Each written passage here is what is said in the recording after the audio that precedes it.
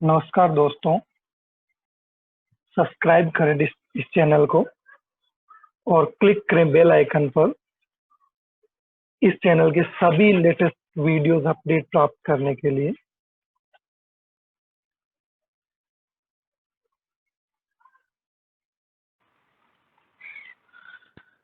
तो आज का हमारा टॉपिक है इम्प्लीमेंटेशन इश्यूज। क्राउलर को किस प्रकार से इम्प्लीमेंट किया जाता है, क्या क्या इश्यूज इससे रिलेटेड होते हैं, उन सभी चीजों को आज हम डिस्कस कर रहे हैं। सबसे पहले देखो क्या क्या इम्प्लीमेंटेशन इश्यूज यहाँ पे हो सकते हैं क्राउलर से रिलेटेड। ठीक है, तो वन बाय वन हम सबको डिस्कस करते हैं यहाँ पे। सबसे पहले देखो, don't want to fetch same page twice. ठीक है, यानी सेम पेज को 2 टाइम्स फेच करने की कोशिश नहीं की जानी चाहिए। ठीक है, अगर सेम टाइप के पेज को आप बार बार करोगे तो वहाँ पे रिपीटेशन होगा और क्राउलर के अंदर जो मेनली जो स्पेस रिलेटेड इश्यूज होते हैं वो वहाँ पे प्रॉब्लम करेंगे। देखो इससे क्या प्रॉब्लम अराइज होती है वो यहाँ पे दे रखे हैं। कीप लुकअप टेबल, ठीक है, जिसको हम हैश टेबल भी बोलते हैं। ठीक है, ऑफ विजिटेड पेजेस। ठीक है, what if not visited but in frontier already. ठीक है, तो ये स्टेटमेंट मेनली देखो क्या कह रहा है कि एक आप जो रिपोजिटरी के लिए एक जो टेबल मैनेज करते हो तो कहीं ना कहीं उस टेबल की इंडेक्सिंग आपके पास होती है। आप जो भी डेटा जो आप पेजेस सर्च कर रहे होते हो उन सब की एक रिपोजिटरी बनाते हो और रिपोजिटरी बनती है तो उसकी इंडेक्स भी 100% वहाँ पे क्रिएट होती है। तो उस इंडेक्स को हम लुकअप टेबल या हैश टेबल के नाम से जानते हैं। ठीक है, तो उसके अंदर हम देख सकते हैं कि जो पेज एक्चुअली हम फेच कर रहे हैं वो कहीं पहले से तो विजिटेड नहीं है, पहले से हम फेच कर चुके हों उसको। तो ये जरूरी नहीं है। देखो एक डॉक्यूमेंट जरूरी नहीं है कि ऑल ओवर इंटरनेट के ऊपर एक ही जगह अवेलेबल हो। That can be repeated on different different websites. जिस प्रकार हम YouTube वीडियोस की अगर बात करें तो YouTube वीडियोस YouTube वेबसाइट पे भी मिल जाते हैं। किसी ने YouTube से डाउनलोड करके उसको Facebook पे भी डाल रखा होता है ना। किसी ने उसको अलग अलग प्लेटफॉर्म पे हम उनको मेनली अपलोड कर देते हैं। ठीक है, तो वो डेटा मेनली रिपीट नहीं होना चाहिए। क्राउलर का कहना यही होता है कि किसी भी पेज को एक से ज्यादा बार फेच नहीं किया जाना चाहिए और उसके लिए जो साथ में जो आपकी इंडेक्स बनती है, जो हैश टेबल बनती है, वो हेल्प करती है ये फाइंड करने में कि हमने इसको पहले एक्सेस किया है या नहीं किया है। ठीक है, what if not visited but in frontier already, है ना। कई बार ऐसा भी होता है कि विजिटेड नहीं हो, वो फ्रंटियर यानी एक्सेसिंग में हो, अभी तक उसकी इंडेक्सिंग नहीं की गई है बट वो एक्सेसिंग में है ना। कभी कभार ऐसा भी हो सकता है।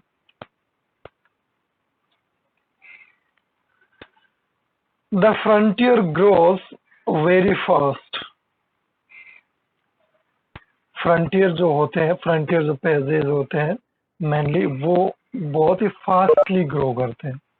ठीक है, may need to prioritize for large crowd. तो यहाँ पे इनको रिक्वायरमेंट रहती है एक बड़े अमाउंट्स के साथ जो पेजेस होते हैं जो क्राउलर्स के द्वारा हैंडल किया जाए, उस टाइप के क्राउलर्स के यहाँ पे मेनली रिक्वायरमेंट रहती है। फ्रंटियर जब ज्यादा ग्रो करते हैं तो उस कंडीशन के अंदर फ्रंटियर ग्रो करने का मतलब यहाँ पे यही है कि जो रिलेटेड जो पेजेस हैं जो एक्सेस किए जा रहे हैं उनका क्राइटेरिया जो है वो बहुत ज्यादा होता है। ठीक है, तो वहाँ पे हमें क्राउलर की कैपेसिटी भी ज्यादा चाहिए होती है। Fechner must be robust. यानी जो पेजेस को फैच करते हैं, ठीक है, वो हमेशा क्या होने चाहिए, रोबस्ट होने चाहिए। रोबस्ट एक बहुत ही शानदार फीचर है, मेनली ऑब्जेक्ट ओरिएंटेड जावा के अंदर इसको यूज किया जाता है स्ट्रॉन्गली, रोबस्टनेस को। रोबस्टनेस यहाँ पे भी हम यूज करते हैं। जो फीचर्स होते हैं वो मेनली रोबस्ट होने चाहिए, ठीक है। Don't crash if download fail, time out mechanism, ठीक है।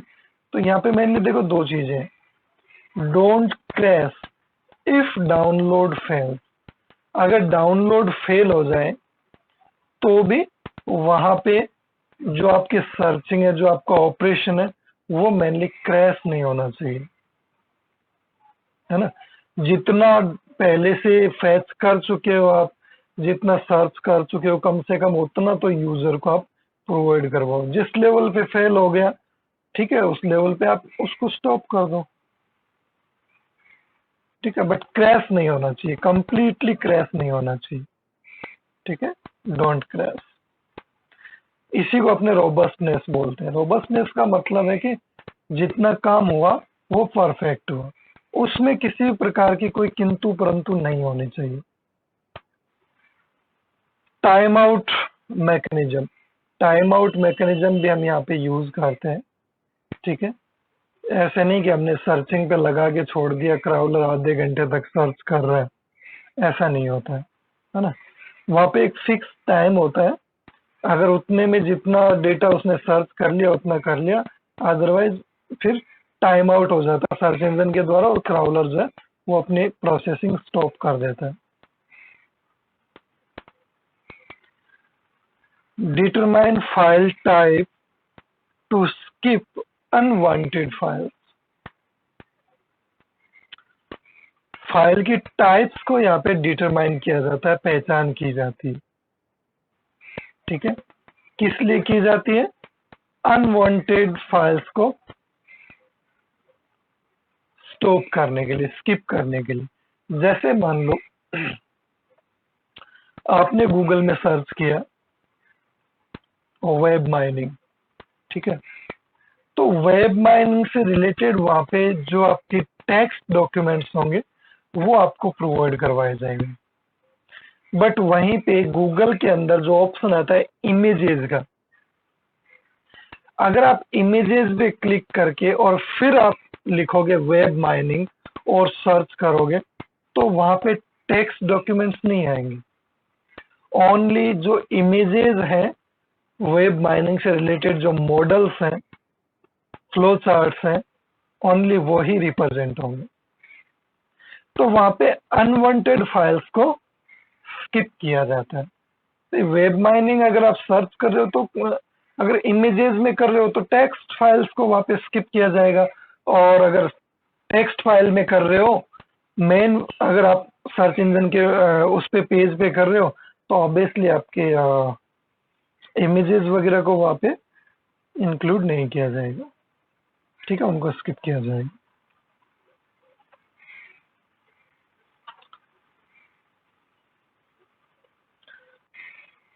देखो, can try using extensions but not reliable. Extension भी हम यूज कर सकते हैं, ट्राई करते हैं, बट वो इतने रिलायबल नहीं होते हैं। जैसे मान लो मेरे को इम्प्लीमेंटेशन इश्यूज, क्राउलर के इम्प्लीमेंटेशन इश्यूज के ऊपर एक पीपीटी सर्च करनी है गूगल के ऊपर।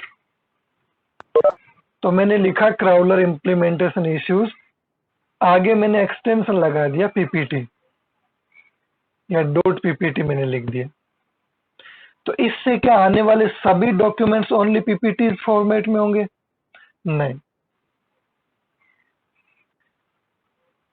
उससे रिलेटेड सारे डॉक्यूमेंट्स होंगे, चाहे वो पीपीटी हो, चाहे वो पीडीएफ हो, चाहे वो ओनली वेब पेज हो, सभी के सभी आएंगे। तो एक्सटेंशन जो है वो इतने रिलायबल नहीं होते हैं, वहां पे वर्क नहीं करते।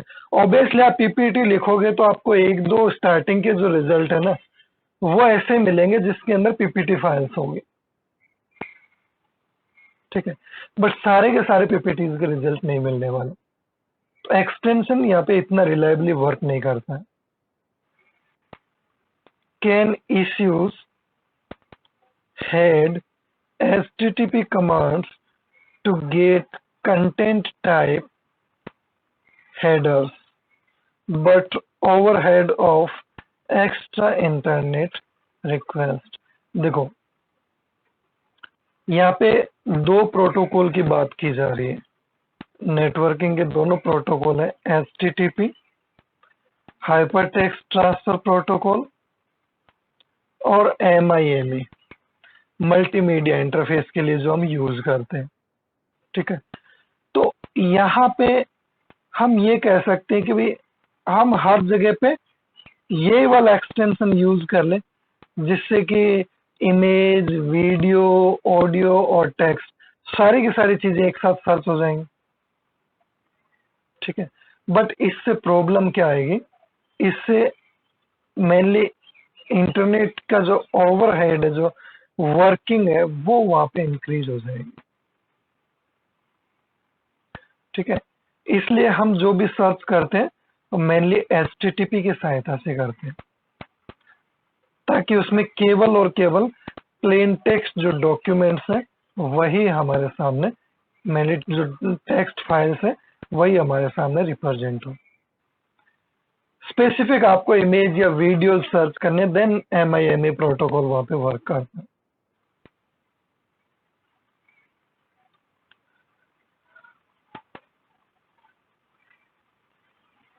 मोर इम्प्लीमेंटेशन इश्यूज, और कौन कौन से इम्प्लीमेंटेशन इश्यूज होते हैं? फैचिंग, जो पेजेस www से फैच किए जाते हैं वर्ल्ड वाइड वेब से, ठीक है, उनकी अगर हम बात करें तो get only the first 10 to 100 KB pages, ठीक है, पर पेजेस ये साइज होनी चाहिए। ये मेनली स्टार्टिंग के अंदर क्राउलर्स के द्वारा फैच किया जाता है। Take care to detect and break directional loops. जो डायरेक्शनल लूप्स होते हैं, जो बार बार इटरेटिव होते हैं, किसी चीज को रिपीटेड करते हैं, मेनली उनको यहाँ पे डिटेक्ट किया जाता है और ब्रेक किया जाता है, ठीक है, उनको रोका जाता है। Soft fail for time out, ठीक है। टाइम आउट जब होता है, देखो एक प्रोसेस मान लो आपका एग्जीक्यूट हो रहा है, ठीक है, एक प्रोसेस आपका एग्जीक्यूट हो रहा है, ठीक है, यहाँ से वो एग्जीक्यूट होना स्टार्ट किया, ठीक है, एग्जीक्यूट हो रहा है, यहाँ पे मान लो टाइम आउट हो गया, ठीक है। तो एक तो होता है, मान लो ये कंप्लीट नहीं हुआ अभी भी, कंप्लीट ये यहाँ होने वाला था, है ना, ये यहाँ पे कंप्लीट होने वाला था, बट उससे पहले ये टाइम आउट हो गया, ठीक है। तो एक तो होता है सॉफ्ट टाइम फेल, एक होता है हार्ड फेल। सॉफ्ट फेल का मतलब तो क्या है कि जितना काम हुआ उतने को तो कंसिडर करो, जो नहीं हुआ वो नहीं हुआ, कोई बात नहीं, ठीक है, कि भाई 80% तो काम हो गया, चलो उसको कंसिडर करो। बट हार्ड फेल के अंदर क्या होता है कि जितना भी काम हुआ वो भी साथ में डिस्ट्रॉय हो जाता है, वो भी किसी काम का नहीं रहता, उसको अपने हार्ड फेल कहते हैं।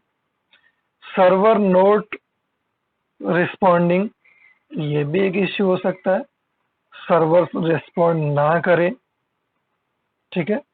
फाइल नोट फाउंड, फाइल ना मिले हमें, and other errors.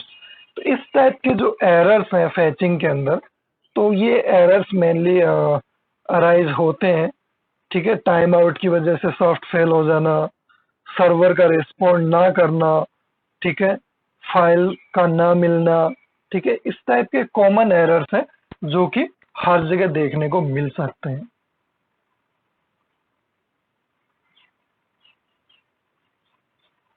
More implementation issues, parsing. देखो अगर हम पार्सिंग की बात करें, मेनली पार्सर क्या होता है, जो भी हमारा प्रोग्राम होता है, कोड होता है, इंस्ट्रक्शन होती है, उनको टोकन्स में कन्वर्ट करने का काम करता है कंपाइलेशन से पहले, है ना, कन्वर्ट होने से पहले ना, एग्जीक्यूट होने से पहले हम कह सकते हैं। तो यहाँ पे देखो HTML has the structure of a DOM. DOM एक बड़ा ही पॉपुलर डेटा स्ट्रक्चर है। मेनली ये डेटा स्ट्रक्चर जो है वो ट्री की कैटेगरी में आता है, ठीक है, डोम ट्री हम क्रिएट करते हैं।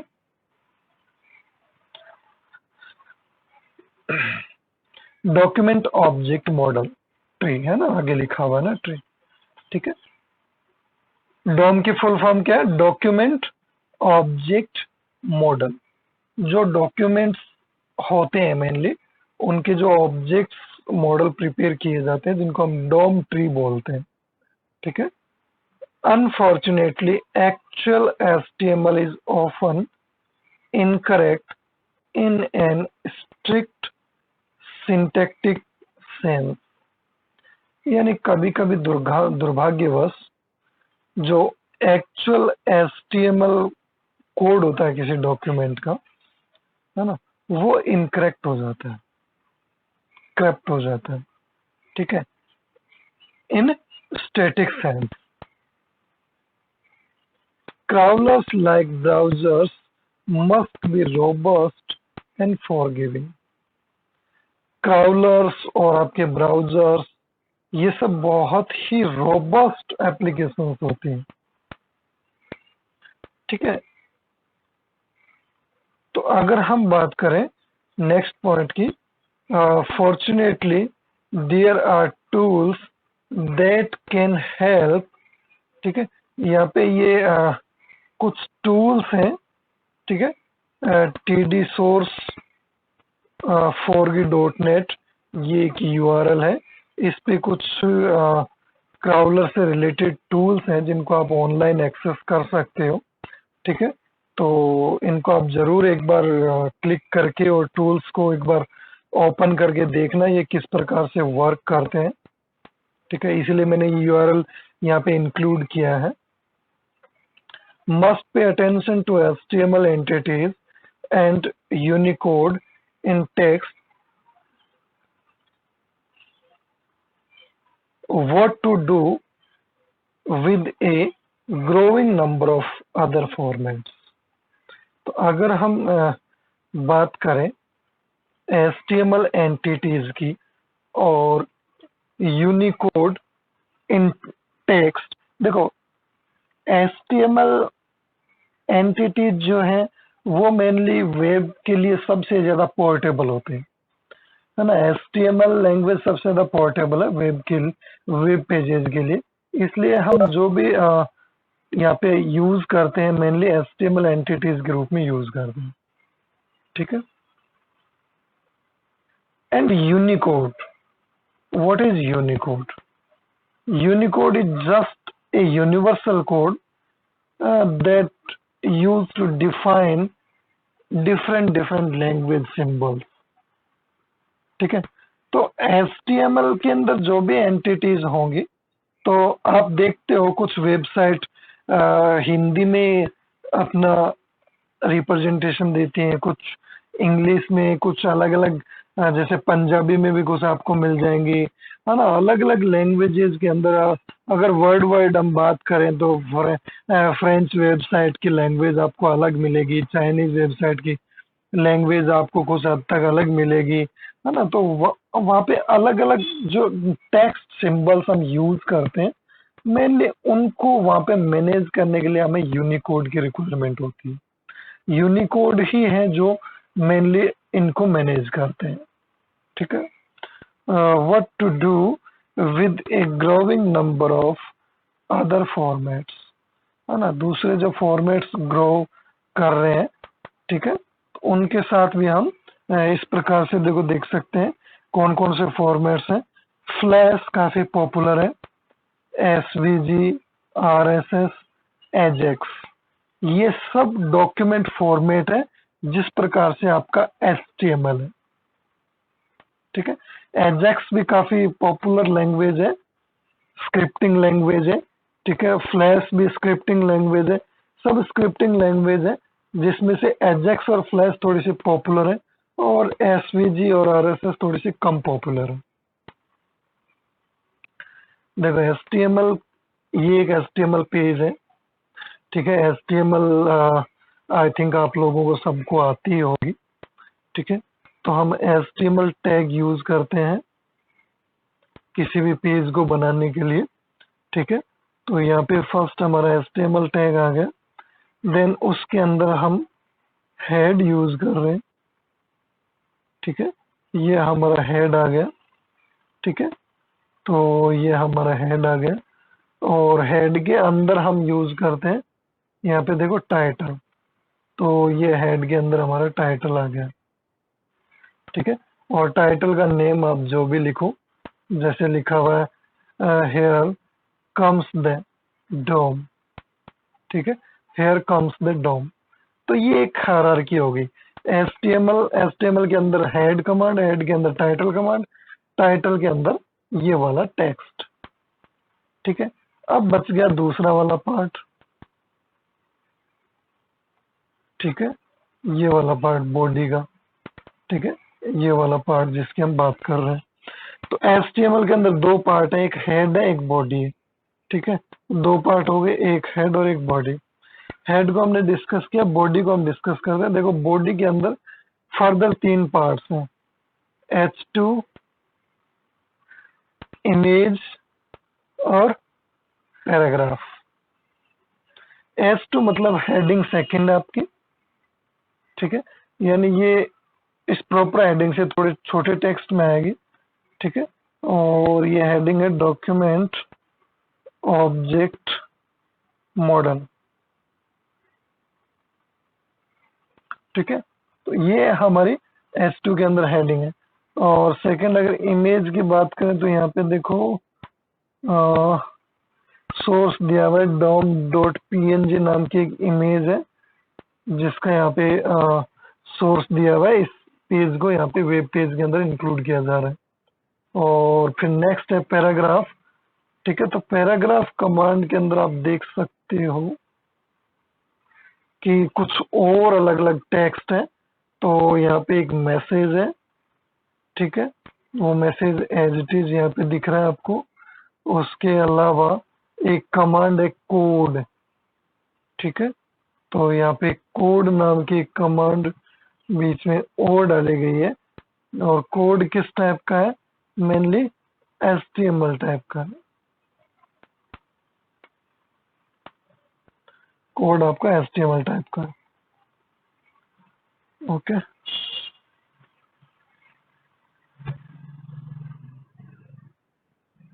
नेक्स्ट अगर हम बात करें देखो तो पैराग्राफ के अंदर नेक्स्ट आपकी कमांड आती है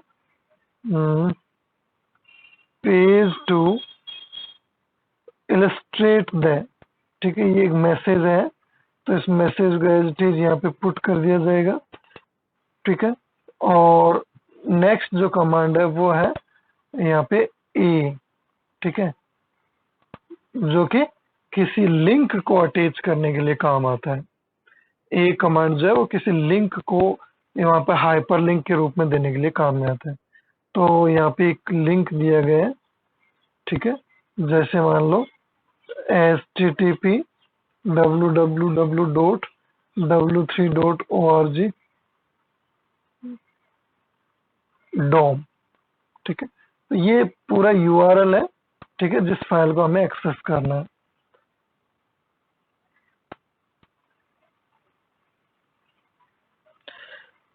मोर इम्प्लीमेंटेशन इश्यूज, स्टॉप वर्ड्स। ठीक है, यहाँ पे देखो स्टॉप वर्ड्स, यहाँ पे किस प्रकार के इम्प्लीमेंटेशन इश्यूज अराइज करते हैं। सबसे पहले नॉइज वर्ड्स। नॉइज वर्ड्स कौन से होते हैं? डेटा के अलावा जो एक्स्ट्रा इंटरप्ट्स होते हैं, ठीक है, that do not carry meaning should be eliminated before they are indexed. ठीक है, तो यहाँ पे नॉइज वर्ड्स जो है, ठीक है, वो मेनली मीनिंग कैरी नहीं करते अपने साथ, उनका कोई मीनिंग नहीं होता है ना, वो मिक्स टाइप के सिग्नल्स होते हैं और वो मेनली मीनिंगलेस होते हैं। ठीक है, शुड बी एलिमिनेटेड, उनको रोकना बहुत जरूरी है, रोकना और बाहर निकालना सिस्टम से। ठीक है, जो भी आप डेटा मैनेज कर रहे हो, जो भी डेटा आप एक्सेस कर रहे हो, उसके अंदर अगर अनवांटेड डेटा है, अनवांटेड नॉइजेज हैं, तो उनको एलिमिनेट करना और स्टॉप करना before they are indexed. Indexed होने से पहले, वो इंडेक्स नहीं होने चाहिए। एग्जाम्पल गिर के हम बात करें तो देखो, in English and the, a, at, on, for, there, for, etcetera, ये सब वर्ड्स हम इंक्लूड करते हैं। मान लो typically synthetic markers, typically the most common terms typically keep in a negative। ठीक है, यहाँ पे देखो मेनली इश्यूज क्या आते हैं।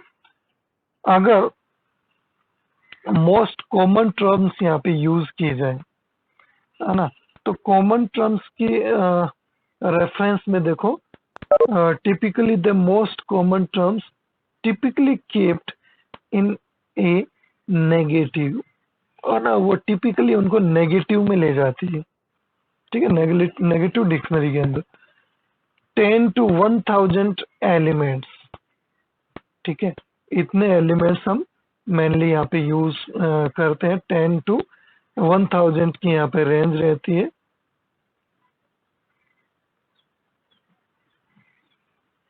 एक डॉक्यूमेंट का इश्यू यहाँ पे रेफरेंस दिया गया है। ठीक है, आप लोग इसको एक्सेस कर सकते हैं।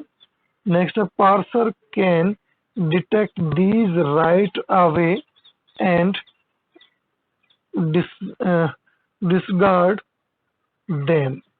तो पार्सर मेनली क्या करता है? पार्सर इन नॉइजेज को और इन जो टिपिकल इश्यूज हैं, इनको मेनली और डिटेक्ट करता है। ठीक है, और डिटेक्ट करने के बाद एंड डिसग्रेड देम, तो उनको क्या करता है, वहां से कहीं दूसरी जगह पे कलेक्ट करके और वहां से हटा दिया जाता है, यानी वहां पे उनकी डिजायरनेस जो है वो नहीं है। कॉन्फ्लेक्शन, अगर कॉन्फ्लेक्शन और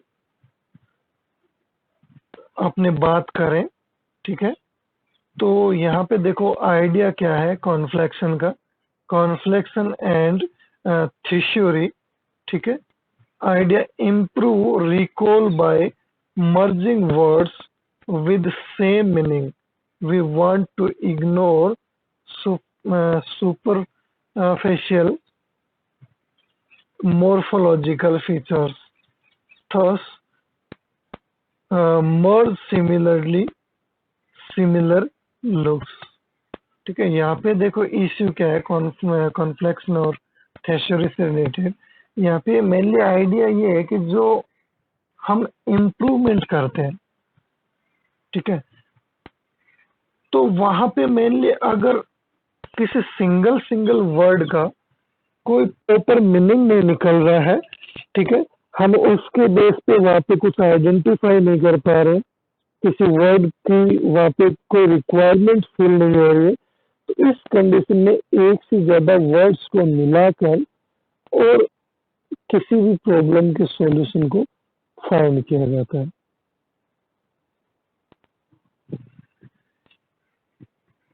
ठीक है, नेक्स्ट अगर हम बात करें, देखो स्टूडेंट, स्टडी, स्टडिंग, स्टेडियस, ठीक है, यहाँ से हम ये एक सेट है, ठीक है, अलग अलग एंटिटीज का, और इससे हम फाइंड करते हैं study. We can also conflate synonyms into a single form using a thesaurus। ठीक है, thesaurus की सहायता से हम कॉन्फ्लिक्शन के अंदर उसके सभी के सभी कॉमन जो वर्ड्स हैं, जो सिनोनिम्स हैं, उनको हम वहाँ पे यूज कर सकते हैं, है ना। ये वेब माइनिंग में हमने स्टार्टिंग में भी डिस्कस किया था कि जो सिमिलर वर्ड्स हैं उनके बेस पे भी यहाँ पे सर्चिंग जो है वो परफॉर्म की जाती है। 30 to 50% स्मॉलर इंडेक्स।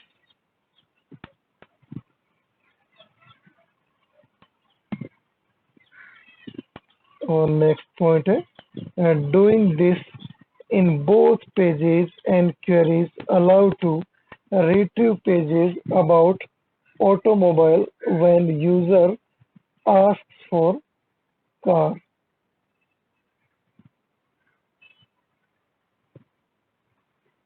और यहाँ पे देखो doing this in both pages and queries, और ये सिमिलरिटी का कॉन्सेप्ट जो है ना वो मेनली दोनों में इम्प्लीमेंट किया जाता है, पेजेस के अंदर भी और क्वेरीज के अंदर भी। ठीक है, allow to retrieve pages about automobile when user ask for car. जब यूजर किसी कार के बारे में सर्च करता है कुछ, तो ऑब्वियसली वहां से ऑटोमोबाइल से रिलेटेड जो पेजेस है उनको वहां पे एक्सेस किया जाता है, सर्च किया जाता है क्राउलर के द्वारा, क्योंकि कार एक क्या है, कार एक ऑटोमोबाइल है। Thesaurus can be implemented as a hash table, यानी thesaurus भी हैश टेबल की तरह वहां पे इम्प्लीमेंट की जाती है।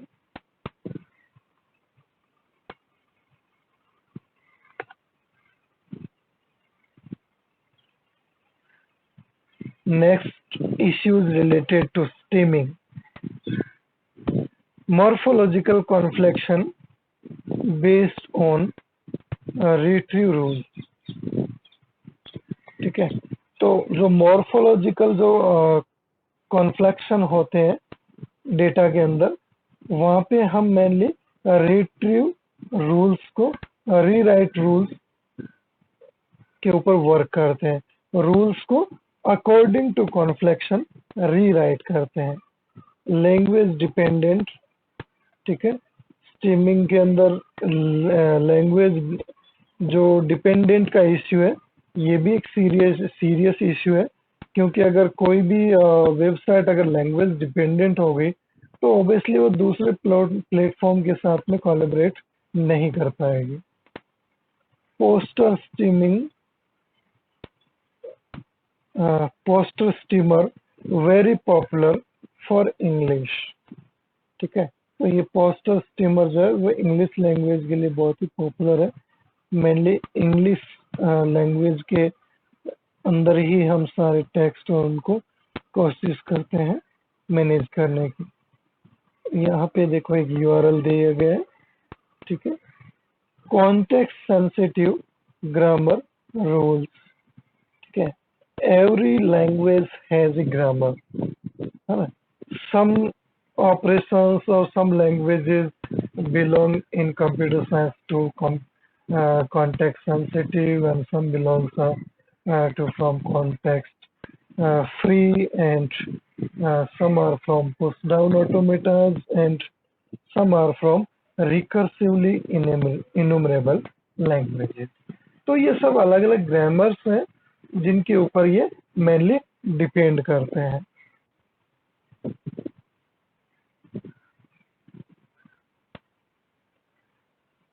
version in parallel: C, Java, Python, C Sharp, Ruby, PHP, etcetera.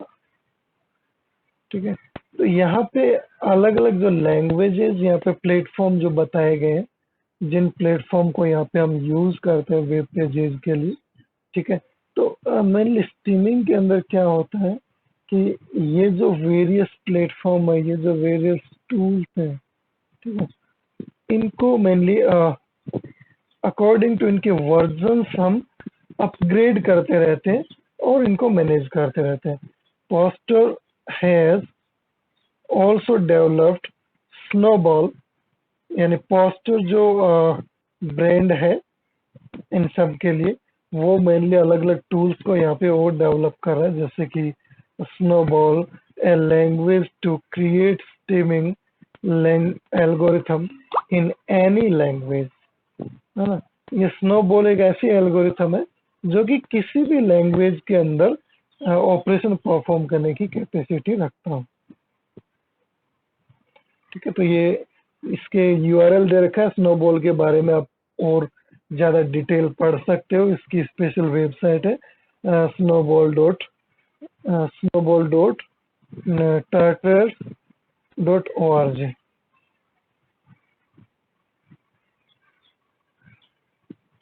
Example यहाँ पे देखो पैरल मॉड्यूल का लिया गया, तो यहाँ पे पैरल मॉड्यूल के कुछ वर्जन्स हैं, lingua steam and lingua steam snowball.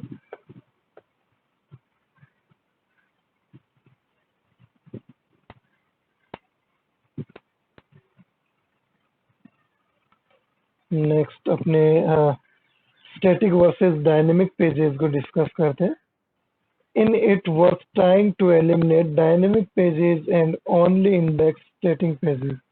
देखो स्टैटिक पेजेस को तो हम यहाँ पे इंडेक्स करते हैं, बट डायनेमिक पेजेस को इंडेक्स नहीं करते because of they are changeable entities, they can be changed at any times by users और ऑपरेटर्स।